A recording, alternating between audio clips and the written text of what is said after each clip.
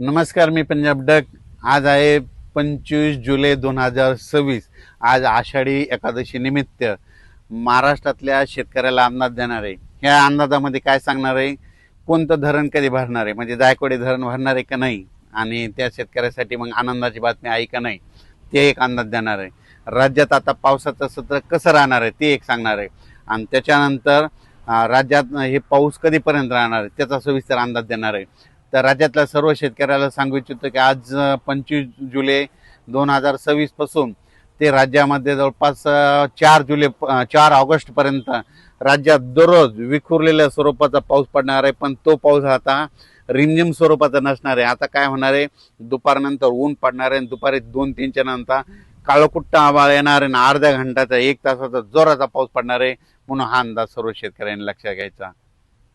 तर राज्यात जिल्ह्यावाईज सांगायचं झालं तर सुरुवातीला आपण इकडं जे वंचित जिल्हे आहेत त्यांच्यासाठी सांगतो. एक म्हणजे सोलापूर जिल्हा. सोलापूर जिल्ह्यासाठी आनंदाची बातमी.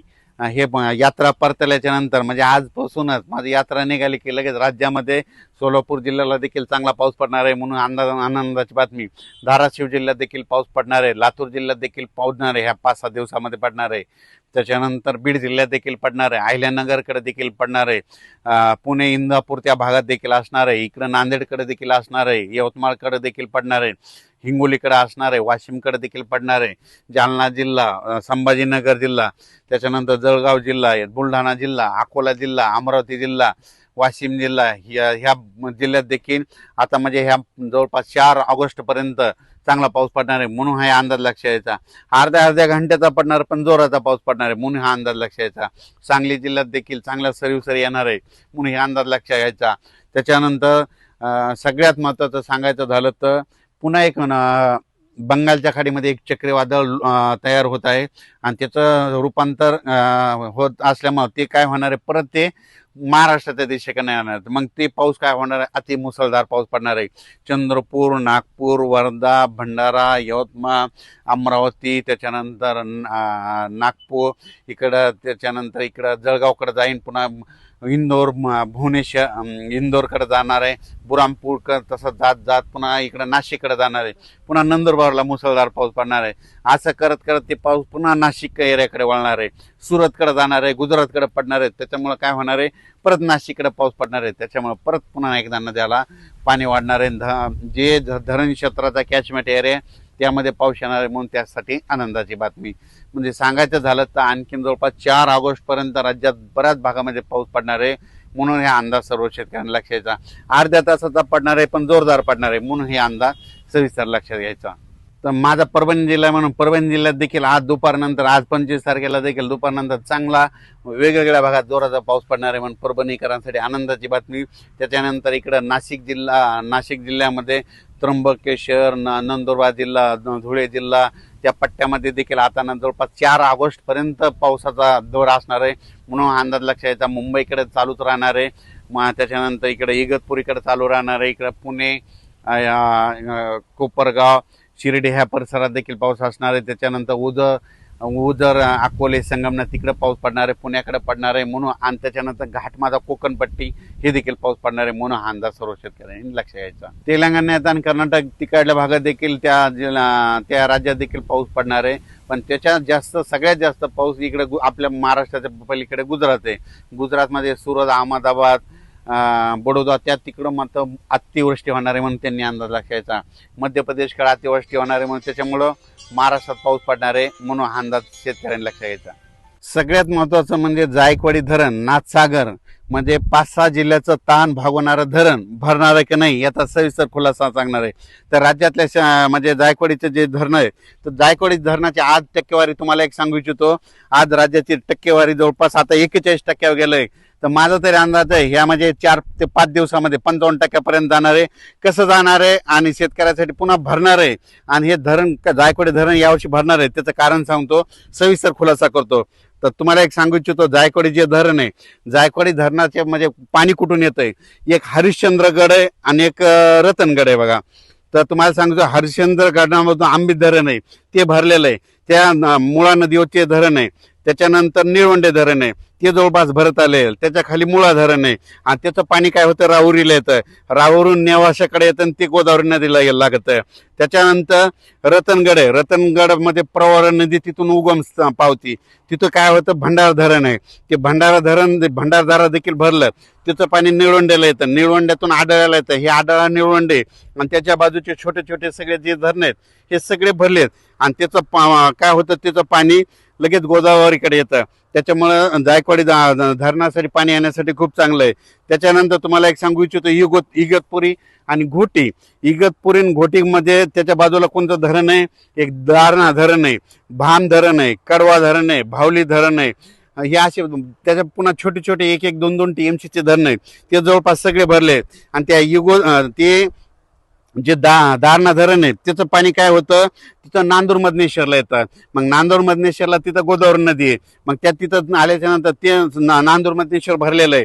आणि नांदूर मधनेश्वरला धरणाला पाणी कुठे येतं, त्र्यंबकेश्वरला येतं. त्र्यंबकेश्वर मग तिथं गोदावरीचं उगम स्थान आहे. मग ते त्र्यंबकेश्वरला काय झालं की त्या ठिकाणी गंगापूरचं धरण आहे. ते गंगापूरचं धरण जवळपास आता भरलेलं आहे. आता त्याचं पाणी नाशिककडे येतं, नाशिकमधून नांदूर मधनेश्वरला येतं. आणि विशेष म्हणजे हे सगळं पाणी गोदावरी नदीकडे येत असतं. पण येत असताना काय होईल तुम्हाला एक सांगू इच्छितो की येत असताना आता सध्या आणखीन आज 25 तारखेला 26 तारखेला नाशिककडं आणि त्या त्र्यंबकेश्वर भागात निफाडकडं त्या परिसरामध्ये आणखीन असाच पाऊस चालू आहे. आणि तुम्हाला सांगू इच्छितो, नांदूर मधनेश्वरमधून जवळपास 50 ते 60 हजार क्युसेसनं पाणी येत असल्यामुळं आता हे जायकवाडी धरण आहे हे 41% झालंय. मी कालच म्हणलं होतं ना आजच्या वेळेपर्यंत 42% होईल, तर आता हे 42 आता दुपारपर्यंत होईल. मग त्याच्यानंतर ह्या पावसामध्ये माझा तरी अंदाज आहे 55 ते 56% जाणार आहे. पण त्याच्यानंतर काय होणार आहे, ऑगस्टमध्ये परत एकदा असाच पाऊस येणार आहे. त्याच्यामध्ये ते जवळपास 80% जाणार आहे. आणि सप्टेंबरमध्ये मात्र ते संपूर्ण जायकवाडी धरण भरून जाणार आहे. म्हणून नांदेड जिल्ह्यासाठी आनंदाची बातमी, हिंगोली जिल्ह्यासाठी आनंदाची बातमी, परभणी जिल्ह्यासाठी आनंदाची बातमी, जालना जिल्ह्यासाठी आनंदाची बातमी, गेवराई तालुका, त्याच्यानंतर त्या कॅचमेंट एरियासाठी आनंदाची बातमी, संभाजीनगर जिल्ह्यासाठी आनंदाची बातमी. कारण की संभाजीनगरला सगळं पिण्यासाठी पाण्याचं तेच आहे. म्हणजे ह्या 5-6 मराठवाड्याची तहान भागवणारं धरण ते भरणार आहे. म्हणून शेतकऱ्यासाठी सर्वप्रथम ही आनंदाची बातमी. कसं भरणार आहे हे तुम्हाला डिटेल दिलं. कारण की सगळ्या ज्या प्रवारा जी नदी आहे त्या प्रवारा नदी सगळ्यात ज्या नदी आहेत त्याचं पाणी सगळं गोदावरी नदीला येऊन भेटतं. त्याच्यामुळे हे धरण भरणार आहे. म्हणून सर्व शेतकऱ्यासाठी आनंदाची बातमी. त्यातले आता आणखी जे छोटे छोटे मोठे धरण आहेत ते देखील काय होणार आहे, काही धरणं ऑगस्टमध्ये भरतील, काही सप्टेंबरमध्ये आणि ऑक्टोबरमध्ये परतीचा पाऊस खूप पडणार आहे त्याच्यामध्ये भरणार आहेत. म्हणून सगळ्यांसाठीच आनंदाची बातमी. पण आता हे राज्यात आता हे पाऊस कधीपर्यंत राहणार आहे. आज हे 25 जुलैपासून ते 4 ऑगस्टपर्यंत आज देखील काय होणार, असंच ऊन कडक पडणार आहे. आणि ऊन कडक पडल्याच्या नंतर काय होणार आहे, दुपारी 2:30-3च्या नंतर काळाकुट्टा आभाळ येणार आहे आणि अर्ध्या घंट्याचा 22 मिनिटाचा 15 मिनिटाचा जोराचा पाऊस पडणार आहे. आणि सगळ्या शेतकऱ्यासाठी आनंदाचा पाऊस असणार आहे. म्हणून हे लक्षात घ्यायचं.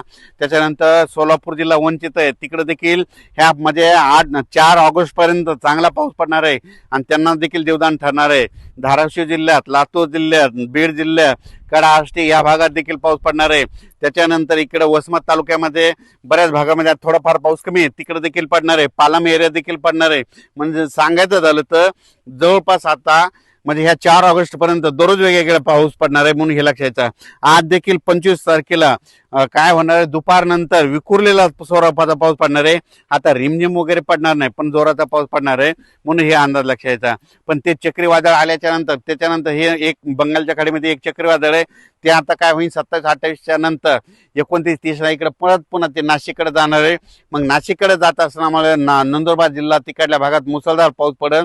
आणि त्याच्यामुळे त्र्यंबकेश्वर एरियात वणीचे देवी त्याच्यानंतर तिकडल्या भागात पडल्यामुळे ह्या जे मी आता जे धरणं सांगितले हे आधीच छोटे छोटे भरलेत आणि त्याच्यामध्ये काही भरलेले आहेत आणि त्याचं पाणी गोदावरीला येणार आहे. त्याच्यामुळे जायकवाडी धरण भरणार आहे. म्हणून ही सर्व शेतकऱ्यांनी लक्षात घ्यायचं. आज आषाढी एकादशी निमित्त खास करून जायकवाडी धरण भरणार आहे की नाही त्याबद्दल हे माझ्या शेतातून अंदाज दिलेला आहे. हे आपलं सोयाबीनचं पीक आहे. आजच्यानं 25 दिवस झालेले, 30 जूनची पेरणी केलेली आहे आणि हे पाहू शकता संपूर्ण पीक. धन्यवाद.